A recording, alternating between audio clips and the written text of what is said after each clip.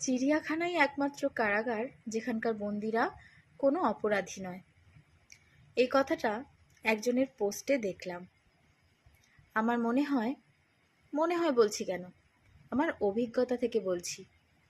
সেদিন একজনেদের বাড়িতে গিয়েছিলাম।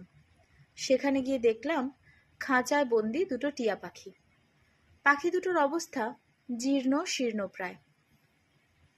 পাখি দুটো নয়ন ভরে বাইরের দিকে চেয়ে রয়েছে, মানে খাঁচার বাইরের দিকে।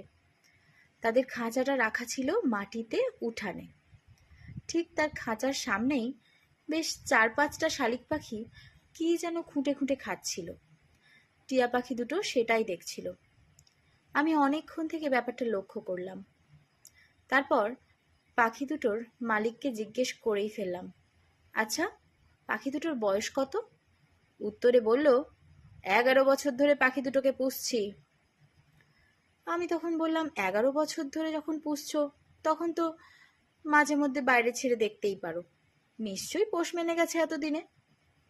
তখন সে বলল, ছাড়বো, কিন্তু সাহস পাই না। যদি উড়ে পালায় বা যদি বিড়ালে খেয়ে নেয়।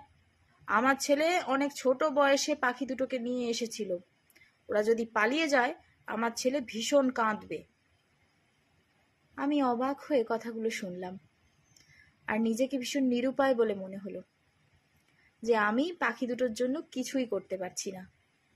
শুধুমাত্র ক্ষণিকের সুখের জন্য আমরা এই প্রাণীগুলোকে বছরের পর বছর একটা ছোট্ট খাঁচার মধ্যে বন্দি করে তাদের পুরো জীবনটা নষ্ট করে দিতে একবারও ভাবি না। যখন করোনা মহামারীর সময় হয়েছিল তখন লকডাউনে আমাদেরকে অনেক দিনের জন্য বাড়িতে বন্দি থাকতে হতো। তখন শুধুই ভাবতাম কবে এই বন্দি জীবন থেকে মুক্তি পাবো। টিয়া পাখিগুলোর কথা আজও ভাবি।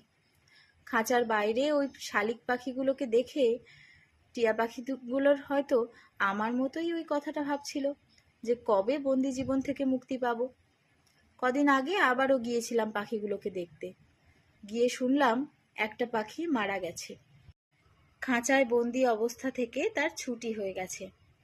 তাই কথাটা বোধহয় পুরোপুরি সত্যি না। চিড়িয়াখানাই একমাত্র কারাগার নয় যেখানকার বন্দিরা কোনো অপরাধী নয়। অনেক সময় নিজেদের শখ পূরণের জন্য নিজেদের বাড়ি, যেখানে এসে আমরা শান্তি অনুভব করি, সেই বাড়িটা অন্য কারোর জন্য দীর্ঘশ্বাস এবং কষ্টের কারণ হয়ে দাঁড়ায়। পাখিরা খোলা আকাশেই দেখতে বেশি সুন্দর লাগে, ওই খাঁচায় বন্দির থেকেও বেশি সুন্দর লাগে। শুধু দেখার ধরনটা একটু পাল্টানোর দরকার। কিছু ভুল বলে থাকলে ক্ষমা করবেন। আমার লেখাটা আপনাদের ভালো লাগলে প্লিজ কমেন্টে জানাবেন, আর আমার চ্যানেলটিকে সাবস্ক্রাইব করবেন। ধন্যবাদ।